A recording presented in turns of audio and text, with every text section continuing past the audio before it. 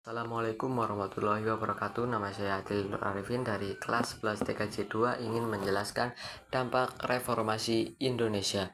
Reformasi 1998 merupakan titik balik fundamental dalam sejarah Indonesia yang telah mengubah pola hubungan warga negara menjadi lebih demokratis, transparan, dan partisipatif.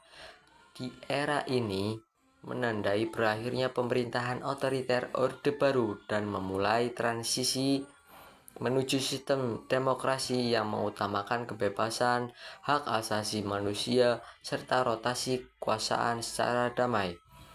Berikut ada 3 evaluasi mengenai dampak reformasi dan arah perkembangan demokrasi di Indonesia.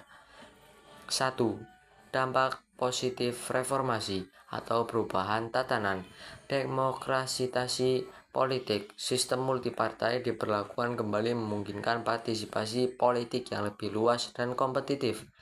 Pemilu demokratis. Pemilihan umum termasuk pemilihan langsung kepala daerah atau pilkada menjadi mekanisme utama pengisian jabatan publik. Kebebasan berpendapat dan pers. Hilangnya pembungkaman pers dan kebebasan berekspresi yang lebih tinggi yang sebelumnya sangat dibatasi pada masa Orde Baru.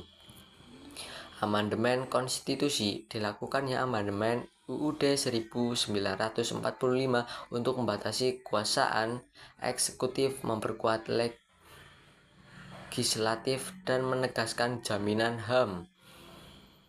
Desentralisasi atau otonomi daerah. Pemindahan wewenang dari pusat ke daerah untuk mendorong pembangunan yang lebih merata dan responsif terhadap kebutuhan lokal. Yang kedua, tantangan dampak negatif atau problematika. Munculnya demokrasi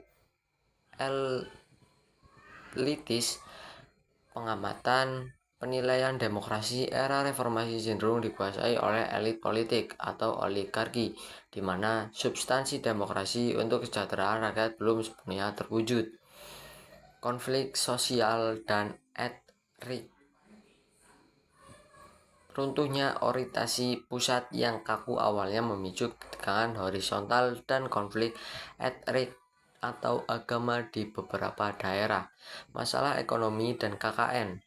Meskipun sistem politik berubah, korupsi, kolusi, dan nepotisme atau KKN masih menjadi tantangan besar, serta dampak krisis ekonomi 1998 yang butuh waktu lama untuk pulih. Reorientasi identitas. Kesulitan dalam merumuskan bentuk demokrasi Pancasila yang benar-benar stabil dan sesuai dengan nilai budaya Indonesia. Yang ketiga, arah perkembangan demokrasi saat ini. Demokrasi prosedural versus substansi. Saat ini demokrasi Indonesia dinilai masih kuat dalam prosedur atau pemilu berjalan rutin, namun masih berjuang dalam kualitas substansial atau kualitas kebijakan penegakan hukum. Partisipasi publik.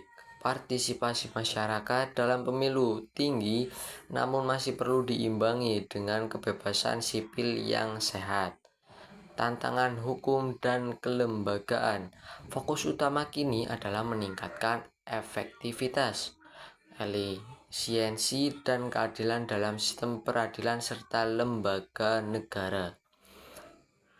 Kesimpulannya adalah reformasi telah berhasil membuka pintu kebebasan dan mengubah Indonesia menjadi negara demokratis. Namun, arah perkembangan demokrasi ke depan masih menghadapi tantangan besar, khususnya dalam menjamin demokrasi substantif yang tidak hanya prosedural, tetapi juga menghasilkan keadilan dan kesejahteraan ekonomi. Terima kasih.